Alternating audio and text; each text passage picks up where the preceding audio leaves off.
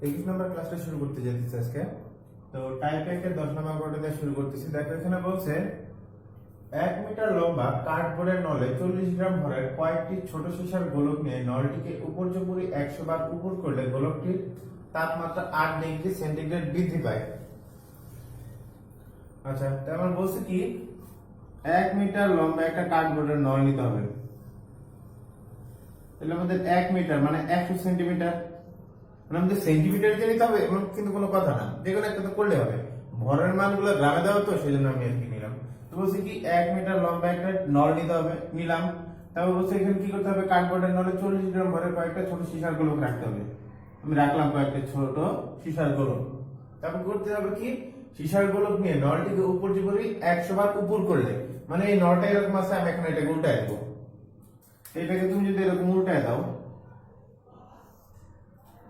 তাহলে যখন তুমি উল্টায় দিবা খুব ইমিডিয়েট, মানে যখন এই উল্টাবা তো সাথে সাথে দেখা যাবে কি গোলকগুলো কিন্তু এই পজিশন উপরে থাকবে। যখন আমি হুট করে যখন উল্টায় দিব তখন গোলকগুলো কিন্তু উপরে থাকবে।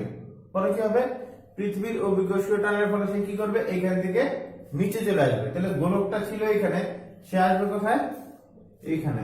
তাহলে তার কতটুকু দূরত্ব অতিক্রম করা লাগতেছে দেখো তো, কতটুকু তাকে দূরত্ব অতিক্রম করা লাগবে বলো। যতটুকু আমার নলের লেন্থ ততটুকু আমার দূরত্ব অতিক্রম করা লাগবে। তার মানে তার এই 100 সেন্টিমিটার পরিমাণ দূরত্ব তাকে অতিক্রম করা লাগছে। কার অতিক্রম করা লাগছে, এই যে 40 গ্রাম ভরে যে কটা সীসার গোলক আছে প্রত্যেকটা কি করা লাগছে, 100 সেন্টিমিটার দূরত্ব অতিক্রম করা লাগছে। তাহলে জিনিসের ভর আছে, সীসার গোলকের ভর আছে, পৃথিবী তাকে নিজের দিকে জি ত্বরণে টানতেছে, সে একটা দূরত্ব অতিক্রম করতেছে। তার মানে সে কি কাজ করতেছে না, অবশ্যই কাজ করতেছে।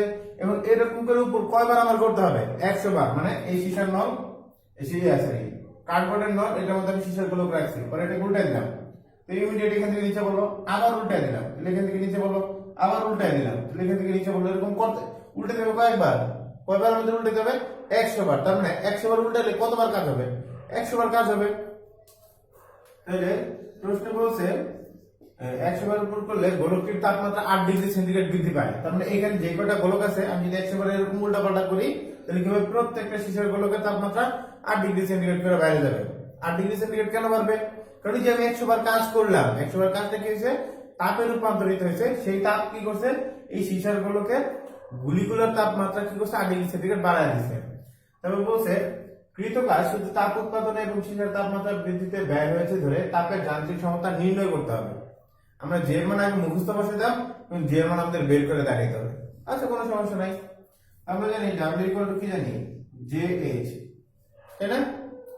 তো কাজের মান, কাজ মানে কি, M D H equal to J, আর এইচ, এইচ যেমন কি করছে, এইচ মানে তাপ, তাপ পাওয়ার পরে সে কি করছে, তাপমাত্রা কি পরিবর্তন করছে, এই যে বলেই দিছে সীসার গোলকের তাপমাত্রা কি 8 ডিগ্রি সেন্টিগ্রেড বৃদ্ধি পায়। তো তাপমাত্রা যদি বৃদ্ধি পায় তাহলে কি এইচ ইকুয়াল টু আমরা কি জানি, ms t2 - t1। এইচের জায়গায় যেহেতু আমাদের তাপমাত্রা বৃদ্ধি পেয়েছে, ms t2 - t1। আচ্ছা, আমাদের ধরো 40 গ্রাম ভরের যে বস্তুগুলো আছে বা গোলকগুলো আছে সেগুলো নিচে আসবে, তাহলে একবার যদি নিচে আসে কতটুকু কাজ করবে, mgh পরিমাণ। আমি যদি 100 বার উল্টা পাল্টা করি তাহলে কতবার উপর নিচে হবে, 100 বার। তাহলে mgh মানে তো একবারের কাজ, আমার এরকম কয়বার কাজ করতে হবে, 100 বার না, এর সাথে এই 100 গুণ, ঠিক আছে। তো 100 জায়গায় 100 থাকলো, ভরের মান দেওয়া আছে তোমার 40 গ্রাম, জি এর মান 980 আর এইচ এর মান 100 সেন্টিমিটার। আমরা জি এর মান বের করব, আর এইচ মানে ms t2 - t1, m এর মান 40 গ্রাম, s এর মান এই যে প্রশ্ন দেওয়া আছে 0.03 ইনটু T2 - T1 মানে কি, তাপমাত্রা পার্থক্য না, প্রশ্ন বলে দিচ্ছে তাপমাত্রা 8 ডিগ্রি সেন্টিগ্রেড বৃদ্ধি পাবে, এই 8 ডিগ্রি। এখান থেকে করলে আমরা জি এর মান পাবো, জি এর মানটা হবে 3923 4.08 into 10 to the power 7 8 per calorie. এটা আমাদের आंसर। এইভাবে ঝামেলা যেখানে হবে যে w ইকুয়াল টু আমরা mgh দিব, মানে ম্যাক্সিমাম আমরা করব এই যে 100 বার যে উল্টা পাল্টা করছি এই 100 বার মানটা আমাদের গুণ করতে মনে থাকবে না, কারণ আমরা সবসময় w ইকুয়াল টু mgh করে আসছি। 100 বার করছি এখানে জাস্ট কি একবারের জন্য যদি এমজিএস হয় তাহলে 100 বারের জন্য কত 100 এমজিএস জাস্ট এতটুকুই আমরা পরে চলে যেতেছি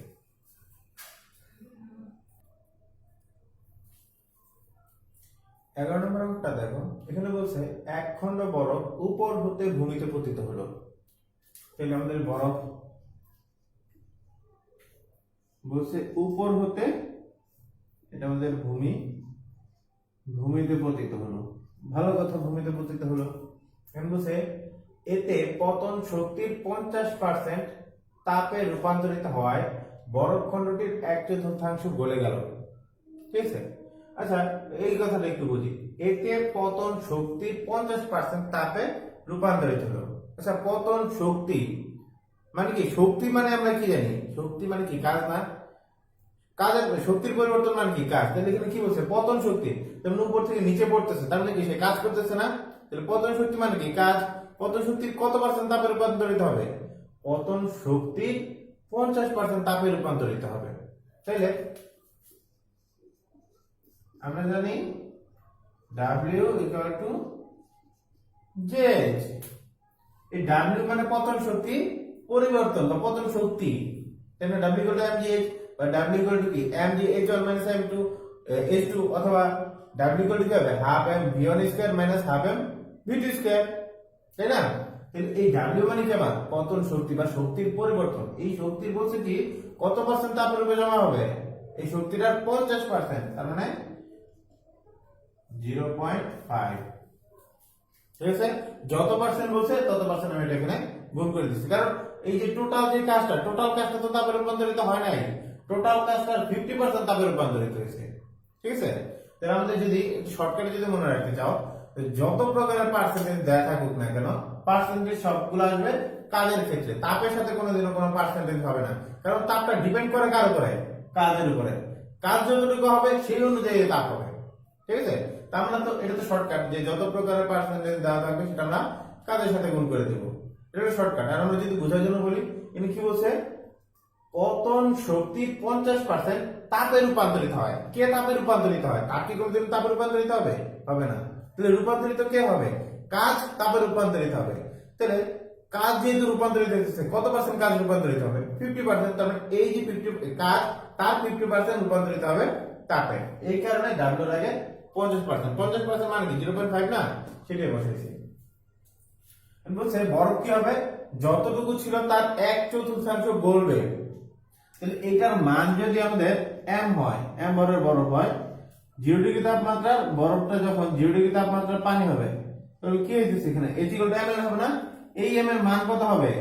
1/4, মানে টোটালটার ভর যদি m হয় তাহলে m/4, এই m প্রাইমের মান হবে m/4।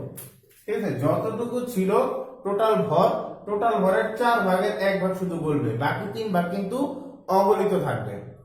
আচ্ছা, বলছি বরফ খণ্ডটি কত উচ্চতা হতে পতিত হয়েছিল সেই নির্ণয় কর, সেটা নির্ণয় কর। তাহলে এই উচ্চতা থেকে পতিত হয়েছিল, তাহলে এই এর মানটা আমরা বের করব এখন, যে এর মান আমাদের দেওয়া আছে। তো দেখি কি করা যায়। আচ্ছা, কাজ মানে আমরা কি জানি? mgh। তাহলে mgh, m মানে কি? এই যে বরফ খণ্ডটার ভর, বড় m দিলাম, বরফ খণ্ডটার ভর হইতেছে m, জি পৃথিবীর অভিকর্ষীয় ত্বরণ, আর h মানে কতটুকু উচ্চতা থেকে পড়ছে, ইকুয়াল টু যে। আর h তাপের জন্য কি হইছে দেখো, কি বলছে, এক খণ্ড বরফ উপর হতে ভূমিতে পতিত হলো, এতে পতন শক্তি 50% তাপে রূপান্তরিত হয়। বরফ খণ্ডটির 1/4 জাস্ট বইলা গেছে, তাপমাত্রা কিন্তু বাড়াতে পারো নাই। বরফটা যেরকম ছিল এরকম থেকে জাস্ট বলছে কি গলায় ফেলতে হবে। তাহলে ধরো বরফটা আছে 0 ডিগ্রি সেন্টিগ্রেড, এটাকে যদি গলায় ফেলি 0 ডিগ্রি তাপমাত্রা পানি করি, তাহলে কি হবে? ml। এই m মানে কি? কতটুকু ভরের বরফ গলছে। আমার যতটুকু ভরের বরফ ছিল সম্পূর্ণটা কি গলছে? গলে নাই। তাহলে গলছে অন্যরকম কিছু ভর, এই কারণে এটার নাম দিলাম আমি m প্রাইম, যাতে আমার বুঝতে সুবিধা হয়। তো m প্রাইমের মান কত একটু পরে আবার আলোচনা করতেছি। 0.5 ভরের মান m, g এর মান 980, আমরা সিজিএস এককে করতেছি, h এর মান বের করব, g এর মান 4.2 × 10⁻⁷। এই m প্রাইম মানে কতটুকু ভরের বরফ গলতেছে। কতটুকু ভরের বরফ গলবে দেখো তো, 1/4 গলে গেছে, মানে তোমার কাছে যতটুকু থাকবে তাকে আমি 4 ভাগ করব, 4 ভাগ করে আমি 1 ভাগ নিব। তাহলে আমার কাছে ছিল কতটুকু, m পরিমাণ, m পরিমাণকে আমি কি করব, 4টা ভাগ করব, 4টা ভাগ করে আমি একটা ভাগ নিব, তার মানে কি m/4। তাহলে এই m এর মান হইতেছে m প্রাইম এর মান m/4, 4 ভাগের 1 ভাগ নিব, ইনটু l এর মান 80। তাহলে m কাটা, এখান থেকে আমরা h এর মান পাইতেছি 1714285.714 সেন্টিমিটার। এটাই আমাদের आंसर, ঠিক আছে। পরবর্তী অঙ্কে যাই।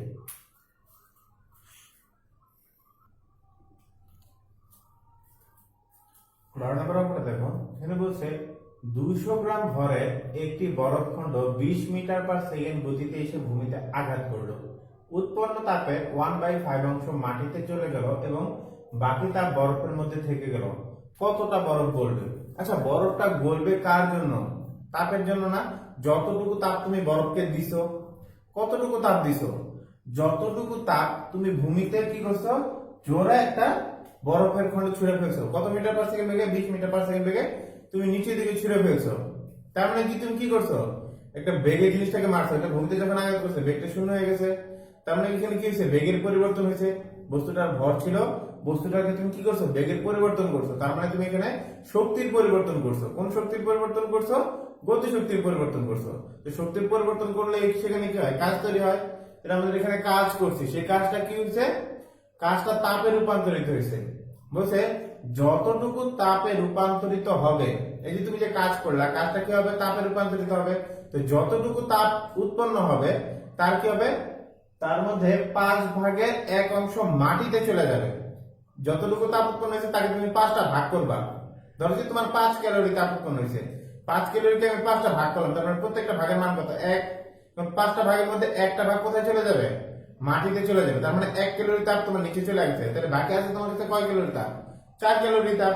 এই 4 ক্যালোরি তাপ কি করবে, এই যে বরফটাকে গলানোর জন্য কাজে লাগবে। 5 ক্যালোরি কিন্তু তাপে লাগে নাই। তোমার কাছে যে 5 উৎপন্ন হয়েছিল, 5 ক্যালোরি তাপ কিন্তু তুমি কাজে লাগাইতে পারো নাই। 5 এর মধ্যে 1 কিন্তু নিচে চলে গেছে, ঠিক আছে। তাহলে যতটুকু বরফের মধ্যে থাকবে ততটুকু কি করবে, বরফটাকে গলানোর ক্ষেত্রে কাজে লাগবে। তো বলছে তাহলে বরফ, কতটা বরফ গলবে? তাহলে আমাদের 200 গ্রাম বরফ ছিল, কতটুকু গলবে সেটা আমরা জানি না, কতটুকু গলবে সেটা আমরা বের করবো। দেখি কিভাবে কি করা যায়। আমাদের এই আমাদের বরফখণ্ড, বরফখণ্ডের তাপমাত্রা আছে 0 ডিগ্রি সেন্টিগ্রেড, যেহেতু কিছু বলে নাই। এটার ভর আছে 200 গ্রাম। এটাকে আমি ছুঁড়ে ফেলবো কত বেগে বলছে, 20 মিটার পার সেকেন্ড, মানে 20 ইন্টু 100, তাহলে এত সেন্টিমিটার পার সেকেন্ড, ঠিক আছে। এত বেগে আমি ছুঁড়ে ফেলছি। এই আমাদের ভূমি, ভূমিতে এসে যখন আঘাত করছে, আঘাত করার পর কি হয়েছে, তার বেগের মানটা হয়ে গেছে 0। তাহলে v1 এর মান এত সেন্টিমিটার পার সেকেন্ড, v2 এর মান 0।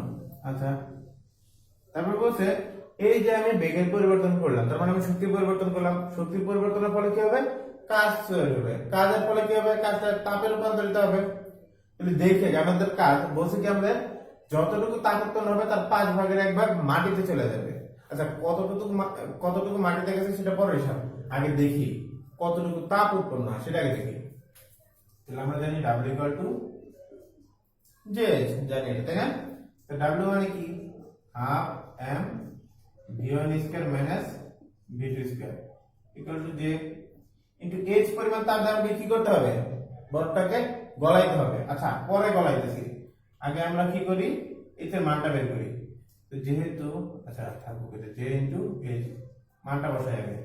তাহলে হাফ, কতটুকু ভর, এই যে m মানে কি, কতটুকু ভরকে তুমি 20 মিটার পার সেকেন্ড বেগে ছুঁড়ে ফেলছো, কতটুকু ভর, 200 গ্রাম। এটার মান 200 গ্রাম। v1 এর মান আছে 20 ইনটু 100, এটা v2 এর মান তো 0, এটা তো লেখার দরকার না। ইকুয়াল টু j এর মান 4.2 into 10 to the power 7 into h। j এর মান আমি 4.2 ইনটু 10 টু দি পাওয়ার 7 কেন দিলাম, কারণ আমরা সিজিএস একক ইউজ করতেছি। তাহলে h এর মান এখান থেকে আমরা পাবো, সেটা হবে 9.524 ক্যালোরি। এখন বরফটাকে যে গলাবো, আমি কি টোটাল এইচ পরিমাণ তাপটাকে আমি কাজে লাগাতে পারবো? এই 9.524 ক্যালোরি তাপ আমার উৎপন্ন হয়েছে, এটাকে আমি 5টা ভাগ করব, 5টা ভাগ করে একটা ভাগ আমি কোথায় নিয়ে দেবো? মাটিতে আমি ট্রান্সফার করে দেবো। তাহলে বরফটাকে গলানোর জন্য কাজে লাগবে কতটুকু? তাহলে আমাদের দেখলাম ক্যালকুলেশন করে এখানে আমাদের 9.524 ক্যালোরি তাপ উৎপন্ন হয়েছে। সেই সম্পূর্ণ তাপটা কিন্তু বরফ গলানোর ক্ষেত্রে কাজে লাগবে না, এর 5 ভাগের মধ্যে 1 ভাগ নিচে চলে যাবে। তাহলে বরফটা গলানোর জন্য আমার কি 5 ভাগের মধ্যে 4 ভাগ অবশিষ্ট থাকবে। 5 ভাগ আমি বলছিলাম, 1 ভাগ আমি মাটির নিচে দিয়ে দিচ্ছি, তার মানে কি 5 ভাগের মধ্যে 4 ভাগ আমার কাছে অবশিষ্ট আছে। আচ্ছা, তাহলে আমার কি করতে হবে? ওই 5 ভাগের 4 ভাগ তাপটাকে কাজে লাগায় 0 ডিগ্রি তাপমাত্রা যেই বরফটা ছিল তাকে 0 ডিগ্রি তাপমাত্রা পানিতে পরিণত করতে হবে, তার মানে কি ml। তাহলে কাজটা করার জন্য কি করতে হবে? h পরিমাণ তাপ তাপ দেওয়া লাগবে, তার মানে h না, এটা ধরুন যে h প্রাইম। h প্রাইমের নাম মানের কত হবে? সরি, h প্রাইমের মান কত হবে? যতটুকু উৎপন্ন হয়েছে তার 5 ভাগের 1 ভাগ মাটিতে চলে যাবে, তার মানে কি যতটুকু উৎপন্ন হয়েছিল তার 5 ভাগের 4 ভাগ কাজে লাগবে, তার মানে 4 ইনটু 4h ডিভাইডেড বাই 5, 5 ভাগের 4 ভাগ উৎপন্ন তাপের 5 ভাগের 4 ভাগ আমার কি করবে? বরফটাকে গলানোর জন্য কাজে লাগবে, ইকুয়াল টু ml। তাহলে 4 ইনটু 9.524 ডিভাইডেড বাই 5, m এর মান বের করবে যে কতটুকু গলে, l এর মান 80। এখান থেকে আমরা m এর মান পাবো, সেটা হচ্ছে 9.52 ইনটু 10 ইনভার্স 2 গ্রাম। আচ্ছা, তাহলে পরের অঙ্কগুলো দেখি।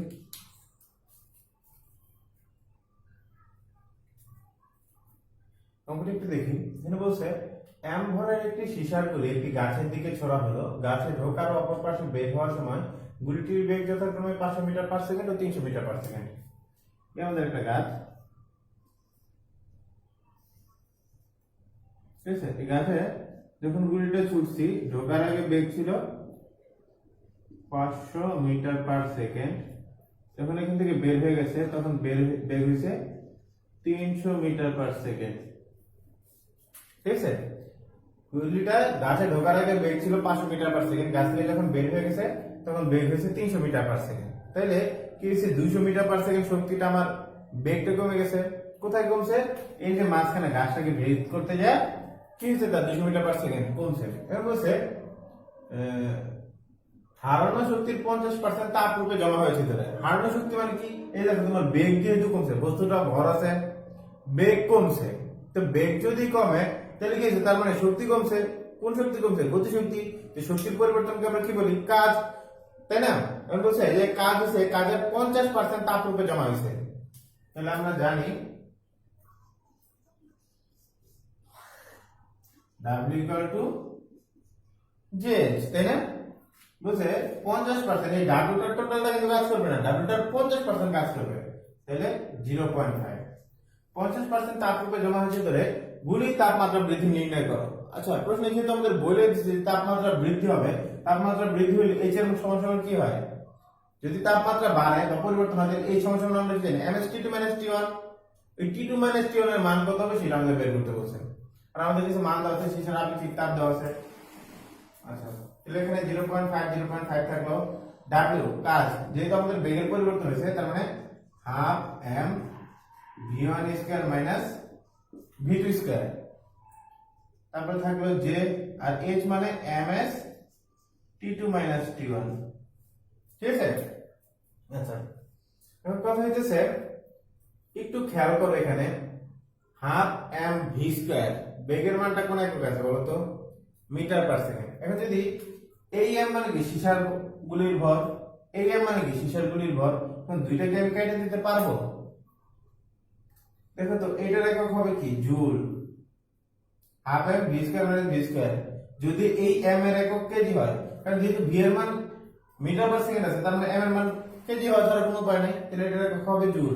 আর দেখো এইটার একক, এই s এর এককটা দেখো, s এর এককটা দেওয়া আছে kilo calorie per KG degree centigrade, ঠিক আছে। তাহলে আচ্ছা ধরলাম এটা m এর মান কেজিতে, কিন্তু সমস্যা হইতেছে এইখানে আছে কিলো ক্যালোরি, এইখানে আছে জুল। আমরা কি কখনো ওই যে আমরা যে এতগুলো কনভার্সন যে করছি যে কখন জে এর মান কি কোনটা ইউজ করতেছি যে এস একক তো কোনো সমস্যা নেই আমাদের এমকেএস একক নিয়ে একটু ঝামেলা, এটা তো এমকেএস একের অঙ্ক। তাহলে আমাদের এখানে জে এর মান নিয়ে একটু ঝামেলা ছিল। জে এর মান কখন আমরা 4.2 জুল পার ক্যালোরি ইউজ করব, কখন 1 ইউজ করব, তাই না? এটা নিয়ে আমাদের একটা ঝামেলা ছিল। দেখো আমাদের ঝামেলা ছিল কি ক্যালোরি জুল পার ক্যালোরি নাকি জুল পার জুল, এটা নিয়ে তো আমাদের ঝামেলা ছিল। তাহলে জুল পার জুল অথবা জুল পার ক্যালোরি, কিন্তু কোথাও তো জুল পার কিলো ক্যালোরি ছিল না, তাই না? এখানে কিলো ক্যালোরি আছে। তাহলে প্রথমে কি করতে হবে, কিলোটাকে বাদ দিতে হবে, এস এর মানটা আমাদের আগে কনভার্ট করতে হবে। এখানে আমরা বললাম না আমরা জে এর মান আসলে দুটোই ইউজ করতে পারি, আমরা আসলে কোনটা ইউজ করতে চাইতেছি সেটা আমাদের উপর ডিপেন্ড করে। আমরা কি জুল পার জুল করবো নাকি জুল পার ক্যালোরি করবো? যদি জুল পার জুল করি তাহলে জে এর মান আমাদের 1, যদি জুল পার ক্যালোরি করি তাহলে জে এর মান 4.2। আমরা এখানে কি করব, জুল পার জুলে করব। তাহলে আমাদের এস এর মানটা আগে কনভার্ট করতে হবে। তাহলে এস এর মানটা দেখো 0.031 kilo calorie per KG degree centigrade. তাহলে কিলো ক্যালোরি থেকে প্রথমে আমাদের কাজ হচ্ছে ক্যালোরি করা। তাহলে কিলো ক্যালোরি থেকে ক্যালোরি করলে আমাদের কি করতে হবে, 1000 গুণ করতে হবে, করলাম 1000। তাহলে calorie per KG degree centigrade. Calorie কিন্তু সিজিএস এর একক, তাই না? এমকে সিজিএস এর দিকে আবার একটু প্যাচ লেগে গেছে। তাহলে দেখো এখন আমি ক্যালোরি থেকে কি করব, জুলে নিব। তো ক্যালোরি থেকে জুলে কিভাবে নিবা সেটা দেওয়ার জন্য দেখো বলাই আছে 1 কিলো ক্যালোরি মানে 4.184 কিলো জুল। আচ্ছা 1 কিলো ক্যালোরি সমান যদি 4.184 কিলো জুল হয় তাহলে 1 ক্যালোরি ইকুয়াল টু কত, 4.184 জুল। 1 ক্যালোরি সমান আমরা পড়ছিলাম, এটা তো আমাদের দেওয়া আছে, আমরা এমনি মুখস্থ একটা মান জানি, এটা হচ্ছে 1 ক্যালোরি সমান হচ্ছে 4.2 জুল। আবার জানি 1 কিলো ক্যালোরি মানে হচ্ছে 4.2 কিলো জুল। এই মানটা আমরা জানি, ঠিক আছে? আমাদের এই মানটা যদি দেওয়া না থাকতো আমরা এখান থেকে মুখস্থ মান থেকে আমরা এটা বসিয়ে নিতাম। তো যেহেতু আমাদের দেওয়া আছে আমরা এখান থেকে কনভার্ট করি। তাহলে আমাদের আছে ক্যালোরি। ক্যালোরি থেকে যদি আমি জুলে যেতে চাই, সবসময় মনে রাখবা ক্যালোরি থেকে যদি জুলে যেতে চাই তাহলে যদি মান আমাদের দেওয়া না থাকে তাহলে আমরা 4.2 গুণ করব। আর আমাদের এখানে দেওয়া আছে 4.184, তো দেওয়া আছে তাহলে তার অন্য কিছু ব্যবহার করার কোনো মানে হয় না। তাহলে 0.031 ইন্টু 1000 ইন্টু 4.184। তাহলে ক্যালোরির সাথে আমি যদি 4.184 যোগ করি তাহলে কি হয়ে যায়, ক্যালোরিটা হয়ে যায় joule, joule per KG degree centigrade. তো এটা গুণ করলে হবে 130.2 joule per KG degree centigrade, ঠিক আছে? তাহলে এখন দেখি একটু ক্যালকুলেশন করে কি হয়। 0.5 এর জায়গায় 0.5, আবার আসলো হাফ, এম এম কাটা, ভি স্কয়ার তার মানে 500 square minus 300 square equal to J এর মান আমরা কত বসাবো, 1। কারণ কি দেখো এই এস এর মান কি, joule per KG degree centigrade, আর তাপমাত্রা পার্থক্য ডিগ্রি সেন্টিগ্রেড, এম এর মান কেজি, তার মানে কেজি আর এস এর কেজি কাটা, ডিগ্রি সেন্টিগ্রেড এস এর ডিগ্রি সেন্টিগ্রেড কাটা, তার মানে এস এর এককটা থাকতেছে কি জুল। তার মানে এই পাশেও জুল এই পাশেও জুল, তো দুই পাশে যদি জুল হয় তাহলে জে এর মান কত হবে, 1 ইনটু তাপমাত্রা এস, এস এর মান 130.2 ইনটু টি2 মাইনাস টি1। এখান থেকে করলে টি2 মাইনাস টি1 এর মান হবে 307.21 ডিগ্রি সেন্টিগ্রেড। তো খুবই ইম্পর্টেন্ট একটা অঙ্ক, আমরা আবার একটু রিভিউ করি। হ্যাঁ দেখো এখানে বলছে এম ভরের একটা সীসার গুলি একটি গাছের দিকে ছোড়া হলো, গাছের দিকে ছুড়লাম, গাছে ঢোকার পূর্বে তার বেগ ছিল 500 মিটার পার সেকেন্ড, গাছ থেকে যখন বের হয়ে গেছে তখন তার বেগ হচ্ছে 300 মিটার পার সেকেন্ড। তাহলে বলছে এই যে বেগটা যে কমলো, বেগ কমলে কি হয়, শক্তি কমে না? হ্যাঁ শক্তি কমে। তাহলে কি রকম ভাবে আমরা শক্তিটা বের করতে পারি, শক্তির পরিবর্তন মানে কি, কাজ, তার আগে একরকম বেগ ছিল পর একরকম বেগ হয়েছে, তার মানে শক্তির পরিবর্তন হয়েছে। শক্তির পরিবর্তনকে আমরা কি বলি, কাজ বলি। তাহলে যতটুকু কাজ তুমি করছো সম্পূর্ণটা তাপে রূপান্তরিত হবে না। কতটুকু তাপে রূপান্তরিত হবে, যতটুকু কাজ করছো তার 50% কাজে রূপান্তরিত হবে। এই যে আমরা 50% করলাম, বলছে এই 50% কাজটাকে যদি আমি তাপে রূপান্তরিত করি তাহলে যে সীসার যে গুলিটা আছে সীসার গুলির তাপমাত্রা কতটুকু বৃদ্ধি পাবে। তাহলে W equal to half M V1 square minus V2 square করলাম, থাকলো যে আর H মানে কি, তাপ। এই তাপের ফলে কি বস্তু তাপমাত্রা পরিবর্তন হয়েছে নাকি অবস্থার পরিবর্তন হয়েছে সেটা আমাদের দেখা দরকার। যদি অবস্থার পরিবর্তন হইতো তাহলে শুধু লিখতাম H ইকুয়াল টু ml, মানে বরফটা গলে গেছে এরকম অবস্থা হলে লিখতাম ml। আর এখানে কি বলছে, সীসার গোলকের সীসার গুলিটা তাপমাত্রা বৃদ্ধি পাবে, বৃদ্ধি পেলে কি ms T2 - T1, এই T2 - T1 হচ্ছে আমাদের অ্যানসার, ঠিক আছে? এখন আমাদের এই এস এর মানটা দেওয়া আছে kilo calorie per KG degree centigrade. Kilo ক্যালোরিতে আমরা কোনো মান অঙ্ক করি নাই, যেমন প্রথম কাজ কিলো ক্যালোরি, তাকে ক্যালোরিতে নিয়ে আসা, ক্যালোরিতে আনছি। এখন ক্যালোরি একক হচ্ছে calorie per KG degree centigrade, calorie হচ্ছে গ্রামের একক, তাই না? সরি, গ্রাম বলতে সিজিএস এর একক আর কি। তো আমাদের এক পাশে সিজিএস আর এক পাশে এমকেএস, ঠিক আছে? তো আমরা কি করলাম, এই পাশে যেহেতু এমকেএস একক আছে মানে জুল আছে, তাহলে এই পাশে আমরা জুল বানায় নিলাম। কিভাবে বানাইলাম, ক্যালোরি থেকে আমরা জুলে নিয়ে নিলাম, ক্যালোরির সাথে 4.184 গুণ দিলে ক্যালোরিটা জুল হয়ে যায়, সে জুল করলাম। তার মানে এই পাশে আমার জুল, এই পাশে আমার জুল। যদি এই পাশে ক্যালোরি এই পাশে জুল থাকতো তাহলে জের মান দিতাম 4.2, আর যদি এই পাশে জুল এই পাশে জুল হয় তাহলে জের মান দিব আমি 1। ওইরকম করছি। তো করার পরে ক্যালকুলেশন করে আমি টি2 - টি1 এর মান পেলাম 307.21। আমার কিন্তু এরকম কোনো ইয়া নাই যে এই পাশে আমার ইয়া রাখতে হবে, কি বলে এটাকে, মানে জুলেই নিতে হবে এমন কোনো কিন্তু কথা নাই। এই পাশে ক্যালোরি আছে এই পাশে জুল আছে, কোনো সমস্যা নাই, জুল পার ক্যালোরি, তার মানে জের মান 4.184 হবে, তাই না? তো জের মান এখানে 1 ও তুমি দিতে পারো, 1 দিতে হলে দুই পাশে জুল বানিয়ে নিতে হবে। আর যদি 4.2 দিতে চাও তাহলে এক পাশে ক্যালোরি আর এক পাশে জুল রাখতে হবে, তোমার যেটা ইচ্ছা করো, কোনো সমস্যা নেই, ঠিক আছে? তাহলে তাপমাত্রা দেখলাম যে 307.21 ডিগ্রি সেন্টিগ্রেড বৃদ্ধি পাবে। খুব ইম্পর্টেন্ট একটা অঙ্ক, খুব ইম্পর্টেন্ট।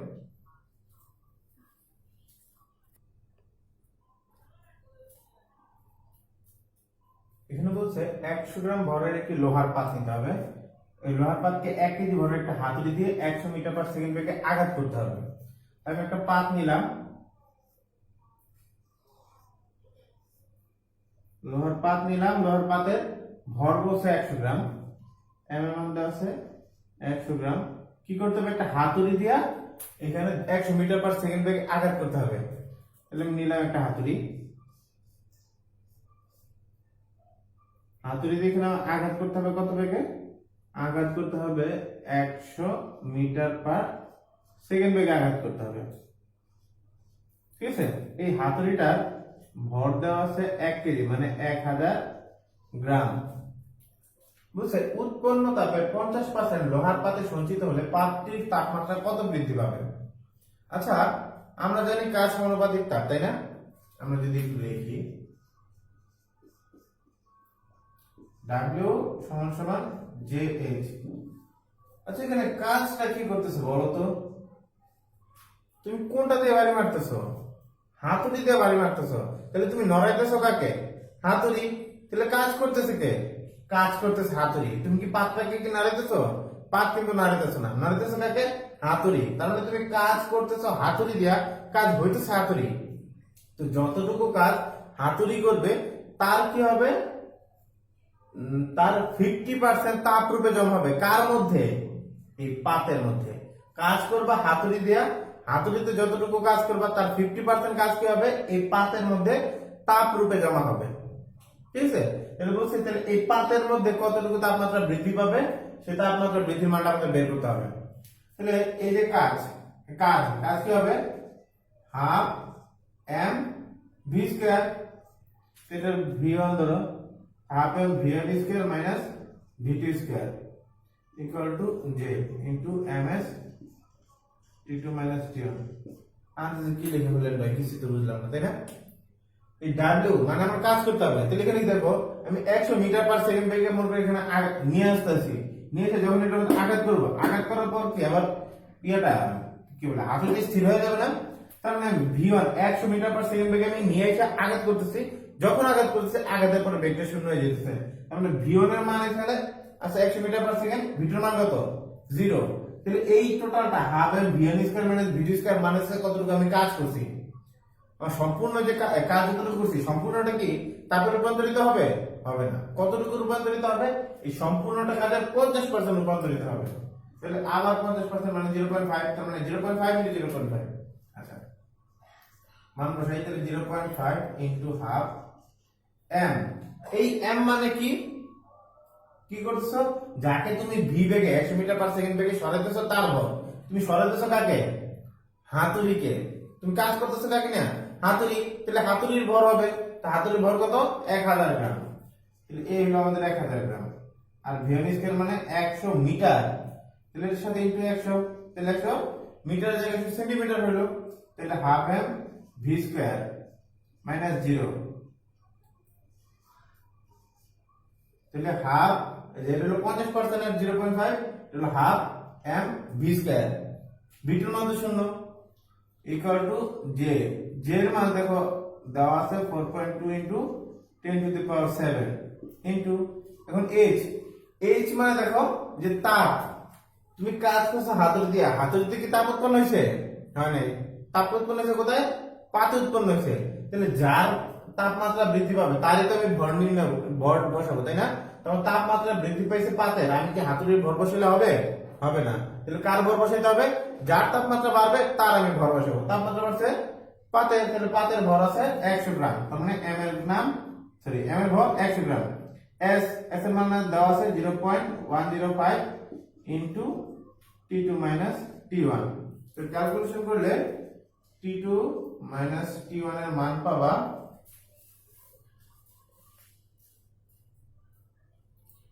56.68 degree centigrade. তাহলে এটা আমাদের অ্যান্সার। তোমাদের একটা জিনিস বলে দেই, যখনই দেখবা আপেক্ষিক তাপ দেওয়া আছে, আপেক্ষিক তাপ একটু চিন্তা করো, আমরা আপেক্ষিক তাপের যে ইয়াগুলো অধ্যায়টা করছি, যেমন যে ক্যালোরিমিতি করছি, তাই না? ওইটার আপেক্ষিক তাপ যে দেওয়া থাকতো, যেটা দেওয়া থাকতো এটা কি ধরতাম? এত ক্যালোরি পার গ্রাম ডিগ্রি সেন্টিগ্রেড। এটার মান কি? এত ক্যালোরি পার গ্রাম ডিগ্রি সেন্টিগ্রেড। এমকেএস হলে সেটা বলে দিত এত joule per KG degree centigrade. ঠিক আছে? তার মানে যদি কিছু না বলে দেওয়া থাকে তাহলে সেটা সিজিএস, আর মানটা ছোট দেখলে তো বুঝাই যায় এটা সিজিএস এর মান। তাহলে আমাদের এস এর মানটা কিন্তু সিজিএস এ দেওয়া আছে, তার মানে যদি এস দেওয়া থাকে, যদি এটা মান দেখো যে মানটা একটু ছোট, তাহলে কি করবে? সবগুলা সিজিএস এ কনভার্ট করে নিয়ে আসা করবা। কারণ এটা যদি এমকেএস এ হইতো তারা সরাসরি বলে দিত এত joule per KG degree Kelvin বা এত joule per KG degree centigrade অথবা kilo joule per KG degree centigrade, এটা বলে দিত। ঠিক আছে? কিছু যদি না বলে দেয় তাহলে বুঝে নেবে এটা সিজিএস এককে দেওয়া আছে। ঠিক আছে? তাহলে কি করবো? তখন সব মানগুলো কনভার্ট করে সিজিএস এ নিয়ে যাবা, নাইলে অঙ্ক কিন্তু ভুল হবে।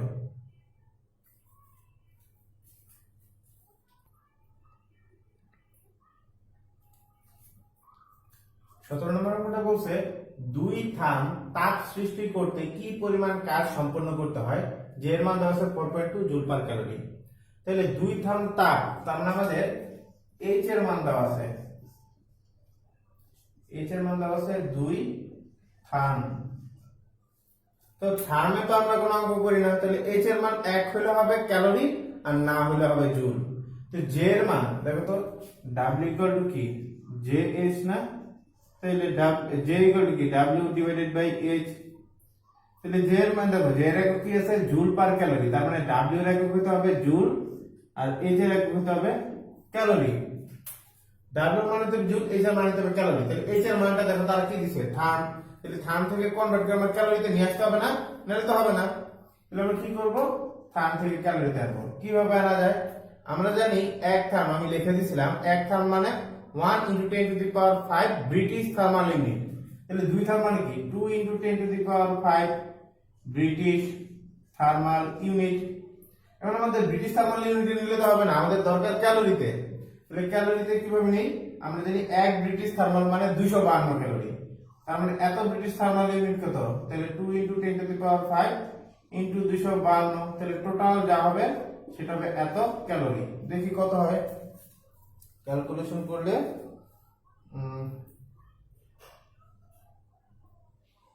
আচ্ছা, এটা ক্যালকুলেশন করে নাই এখানে, তাহলে আমরা যাই, আমরা এইচ এর মানটা তো পাইছি, আমার কাছে তো ক্যালকুলেটর নাই, আমরা এই মান সরাসরি মানটাই বসাই। তাহলে আমরা এইচ এর মান পাইলাম এত ক্যালোরি। তা আমাদের বলছে তাহলে এত ক্যালোরি তাপ উৎপন্ন করতে আমার কতটুকু কাজ করা লাগবে। তো আমরা জানি W = JH, তো J এর মান বসাইলাম 4.2 ইনটু H এর মান 2 × 10⁵ ইনটু 252। তাহলে দেখো এই J এর একক কি? জুল পার ক্যালোরি। H এর একক করলাম, বের করলাম ক্যালোরি, তার মানে ক্যালোরি ক্যালোরি কাটা। তাহলে আমার অ্যানসার হইতেছে 2.1 × 10⁸ জুল, কারণ ক্যালোরি ক্যালোরিতে কাটা, তাহলে এটাই আমাদের অ্যানসার।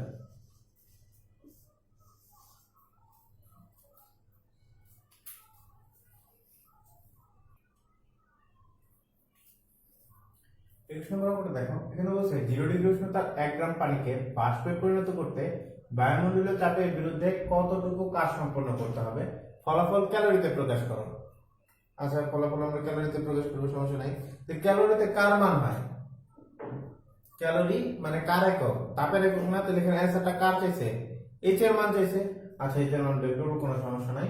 তো প্রশ্ন বলছে 0 ডিগ্রি উষ্ণতার 1 গ্রাম পানি, 1 গ্রাম পানির বাষ্প 100 ডিগ্রি সেন্টিগ্রেড উষ্ণতায় স্বাভাবিক চাপে 1672 সেন্টিমিটার কিউব আয়তন দখল করে। ঠিক আছে, তো আমরা দেখি আগে একটু অল্প অল্প করে লেখার চেষ্টা করি। প্রথমে দেখি আমার 0 ডিগ্রি তাপ বলছি কি 0 ডিগ্রি উষ্ণতায় 1 গ্রাম পানি, তাহলে আমাদের ভরের মান দেওয়া আছে 1 গ্রাম। ঠিক আছে, এটা কার ভর? পানির ভর, তাই না? পানির ঘনত্ব কত আমরা জানি? আমরা জানি 1 গ্রাম পার সেন্টিমিটার কিউব। তাহলে আমরা যদি লিখি m equal to rho V, ভিয়ন লিখলাম আর কি, যে 0 ডিগ্রি তাপমাত্রায় আসলে পানির আয়তনটা হয় কতটুকু। তো m এর মান 1 গ্রাম, রো এর মান 1 গ্রাম পার সেন্টিমিটার কিউব, তাহলে ভিয়ন এর মান পেলাম 1 সেন্টিমিটার কিউব। তার মানে 0 ডিগ্রি তাপমাত্রায় পানির আয়তন কতটুকু আছে? 1 সেন্টিমিটার কিউব। এখন একটু দেখো, এই পানিটাকে আমার কোথায় নিয়ে যেতে হবে? তাহলে আমার 0 ডিগ্রি উষ্ণতার 1 গ্রাম পানিকে আমার কি করতে হবে? বাষ্প করতে হবে। কত ডিগ্রি তাপমাত্রা? 100 ডিগ্রি তাপমাত্রা। তা আমি যদি বাষ্প করি তাহলে কি হবে দেখো তো? উষ্ণতায় স্বাভাবিক চাপে 1672 সেন্টিমিটার কিউব আয়তন দখল করবে। তাহলে প্রথম অবস্থায় তার আয়তন ছিল 1 সেন্টিমিটার কিউব, দ্বিতীয় অবস্থায় তার আয়তন কতটুকু হবে? 100 সেন্টিমিটার কিউব। কারণ কি, এইখানে সে তরল অবস্থায় ছিল, এখানে সে বায়ু গ্যাসীয় অবস্থায় হয়ে গেছে। যেহেতু সেই স্টিম হয়ে গেছে গ্যাসীয় অবস্থায়, গ্যাসীয় অবস্থায় আয়তন সে বেশি দখল করবে, এটা তো স্বাভাবিক। সরি, একশো লিখছি কেন, এটা হবে 1672। ঠিক আছে, যেহেতু সেই স্টিম হয়ে গেছে তার মানে সে বেশি পরিমাণ জায়গা দখল করবে, সে বেশি মান হচ্ছে 1672। আচ্ছা, তো প্রশ্ন আমাদের আরেকটা কথা আছে যে 0 ডিগ্রি উষ্ণতায় 1 গ্রাম পানিকে বাষ্পে পরিণত করতে বায়ুমণ্ডলের চাপের বিরুদ্ধে, বায়ুমণ্ডলের চাপ কিন্তু কি বলছে? বায়ুমণ্ডলের চাপ কিরকম আছে? স্বাভাবিক অবস্থায়। তো স্বাভাবিক অবস্থায় বায়ুমণ্ডলের চাপ কত হয়? 76 সেন্টিমিটার পার স্তম্ভ। তাইলে পি অ্যাটমসফেরিক কতটুকু? 76 সেন্টিমিটার অফ মার্কারি। তাহলে এটাকে যদি আমরা ভাঙাই তাহলে কি হবে? এইচ রো জিএস, এইচ এর মান 76, এই রো এটা সবসময় পানি, এস মানে যে তরল নিয়ে কাজ করতেছি মার্কারি। তাহলে রো এর মান 1, কারণ আমরা সিরিয়াস একক করতেছি, জি এর মান 980, এস এর মান 13.6। আচ্ছা, এত কিছু কেন করতেছি? প্রশ্ন বলছে এই যে বায়ুমণ্ডল যতটুকু চাপ দিবে সেই চাপের বিরুদ্ধে যে তুমি কি করবা? কাজ করবা। কাজ করার ফলে একটা তাপ উৎপন্ন হবে, সেই তাপের মান কত সেটা আমাদের বের করতে হবে। তাহলে আমরা জানি W ইকুয়াল টু GH, কাজ করতে হবে, তাই না? W ইকুয়াল টু কি, তুমি এখানে mgh দিতে পারবা বা হাফ mv স্কয়ার দিতে পারবা? কিন্তু তো বেগের মানও বলো নাই বা কতটুকু উপর আছে সেটাও বলো নাই। দেওয়া আছে চাপ এত আর আয়তন ছিল এত, হইছে এত, কারণ কি আয়তনের পরিবর্তন হয়েছে না। তাহলে আমরা কাজ ইকুয়াল টু কি জানি? এরকম কি সূত্র পড়ছিলাম? কাজ মানে চাপ ইনটু আয়তনের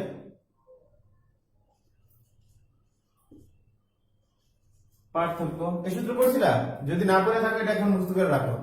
কাজ মানে চাপ ইনটু আয়তনের পার্থক্য। তাহলে কি হচ্ছে? প্রেসারের পি আয়তনের পার্থক্য মানে ভি2 মাইনাস ভি1। তাহলে এখানে কাজের জায়গায় আমি কি লিখতে পারবো? পি ইনটু ভি2 মাইনাস ভি1, এখানে আছে জে ইনটু এইচ। পারবো না লিখতে? পারবো। তাহলে পি এর মান কত আছে? 76 ইনটু 980 ইনটু 13.6। এটা গেল আমার পি এর মান। আয়তনের পার্থক্য, বড় আয়তন হয়েছে 1672, আগে আয়তন ছিল 1, গেল আয়তনের পার্থক্য। জে এর মান 4.2 ইনটু 10 টু দি পাওয়ার 7। কেন দিলাম? কারণ সবগুলো সিরিয়াস একক ইনটু এইচ। এইখান থেকে করলে দেখবো যে এইচ এর মান আসে 40.34 ক্যালোরি। ঠিক আছে, এটা একটু ব্যতিক্রম অঙ্ক, কারণ কি এখানে যে আমাদের উচ্চতার মান দেওয়া নাই, বেগের মান দেওয়া নাই। তাহলে এখানে চাপটা তাহলে কিভাবে বের করবো? সরি, কাজটা। তাহলে কাজ মানে ওই যেটা আমরা বললাম ভরবেগেরও পরিবর্তন হয়। কাজ মানে কি গতিশক্তির পরিবর্তন হয়, স্থিতিশক্তির পরিবর্তন হয়, আবার বল ইন্টু বলের দিকে সরণ হয়, আবার চাপ ইন্টু আয়তনের পার্থক্য হয়। ঠিক আছে, তাহলে এখন এই সূত্র দিয়ে আমি কাজ বের করছি, চাপের মান বলে দিচ্ছি স্বাভাবিক অবস্থায়, স্বাভাবিক অবস্থায় জানি হচ্ছে 76 সেন্টিমিটার বাস্তব, এটা বসাই দিছি, জাস্ট ক্যালকুলেশন করে যা আসে। আচ্ছা, তাহলে আমরা নেক্সট ক্লাস থেকে কি করব, এই যে টাইপ 2 এর, এটা তো টাইপ 1 এর অঙ্ক করলাম, এটা ছিল যান্ত্রিক সমতা। তাহলে থার্মোডাইনামিক্সের প্রথম সূত্রের দুইটা পার্ট, একটা হলো যান্ত্রিক সমতা, আরেকটা হচ্ছে প্রসেসের অঙ্কগুলো। তাহলে আমরা পরবর্তী ভিডিওতে প্রসেসের অঙ্কগুলো করব। Thank you.